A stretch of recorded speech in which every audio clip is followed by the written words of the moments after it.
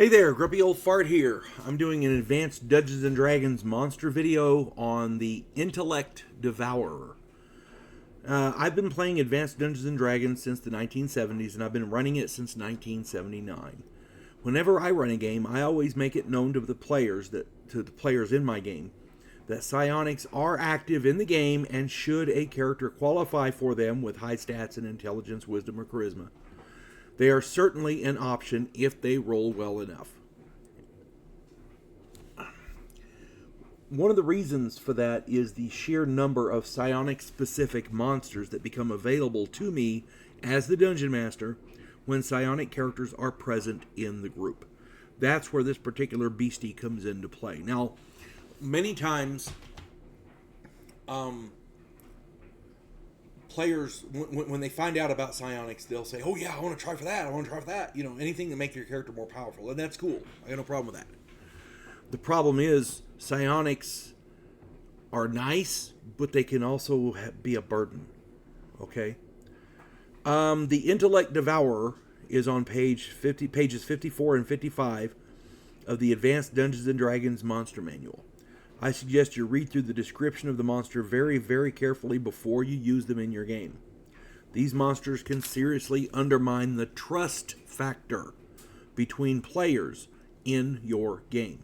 Be very careful how you use them. I'll explain here in a little bit.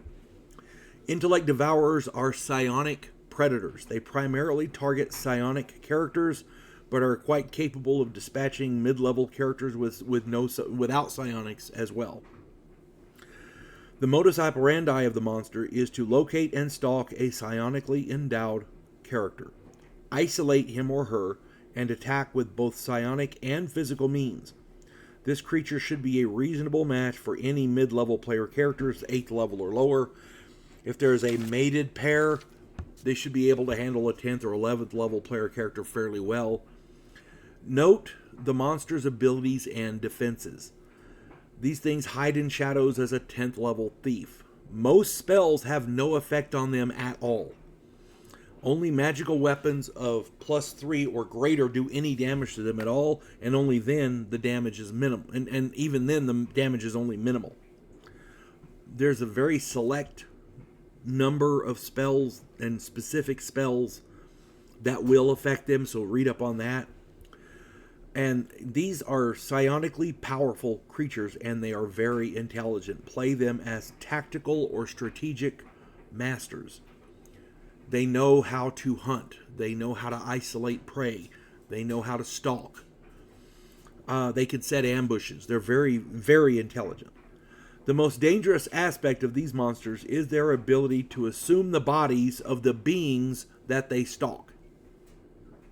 They inhabit the mind of the being, which by that time is a mindless husk, and they pretend to be that being using their body as it stalks new prey. So they find a psionic character in the group, they isolate it, attack it, mentally destroy it, and then use their psionic abilities to inhabit the mind of the dead character and their body. So the body's still walking around. They can act like that character if they've observed it for a while, which they usually do. They can they will sound like it.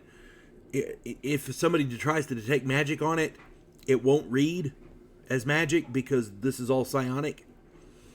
It can be very dangerous. Somebody says, well, maybe he's under a spell. Or they hit him with a detect magic. Oh no, there's no magic. Oh crap, this is him. You know, he's screwing us over. You know, that kind of thing.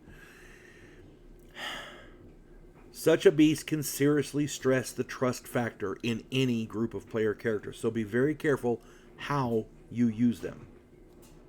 And one last note. Intellect Devourers do not have the Psionic Blast attack mode, so they cannot psionically attack any creature without psionics. For non-psionic opponents, the Devourer must rely on its physical capabilities, and most of that, they do have effective combat abilities. They only do a d4 damage, but they have 4 attacks with that each round. And if there's a mated pair, that's 8 attacks every round. Give me 8 tries for a crit every round, I'm going to roll some crits. I'm just saying. Since most of the creature's sustenance is from psionic victims, those psionic victims are its primary prey. And if a party does not have any psionically endowed members, then it is pretty safe from an Intellect Devourer. These things will... I mean, you'd have to really back them into a wall. They have to be starving to attack and drain the psionic ability of a non-psionic creature. You see what I'm saying? Most of the times, if they'll be attracted to the psionic characters, psionically endowed characters. So, if there's no psionics in the group, an Intellect Devourer will more than likely just leave them alone and go. They're capable of hiding and running away and avoiding them quite easily. So yeah, check it out. Read through the monster very thoroughly and see if it's something. If you have a character in your game that's using psionics and being nasty with them to the other players, maybe something like this might be something you could use. I don't know. I'm not saying target that one, but you know. If you enjoy my content, it would really help me out if you could hit the like button, subscribe to my channel, share my content on all of your social media platforms, and post a comment or two. Remember, I welcome your comments even if you disagree with me. And check me out over on Rumble for my political commentary and weekly current events. If you enjoy a good book, check out my author page on Amazon.com. My pen name is H.L. Anderson. You can find all of my books there, including, this is the first 3. There's a 4th one. This is the science fiction fantasy western series, Drifters. There's 4 of them. The 4th one is called my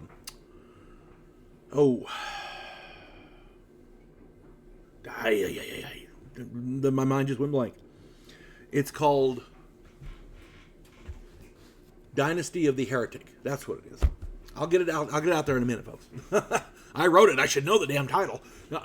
Anyway, this has got, it's at its heart, it's a shoot 'em up fist fighting western, but it's got time travel, magic, monsters, alchemy, martial arts, mythical beings, mythology. I mean, everything I could throw in there except for space aliens and spaceships. It's in there. And hell, there's one book's got vampires in there. Blood, Sands of Blood has vampires in it. So yeah, if you enjoy a good book, a quirky read, check them out. They're along with all my other stuff on my author page, H.L. Anderson on Amazon. There's a variety of different things there. Hope you find something you like. I hope you enjoy reading it. Hope this finds everybody well. You folks have a good day now. God bless one and all.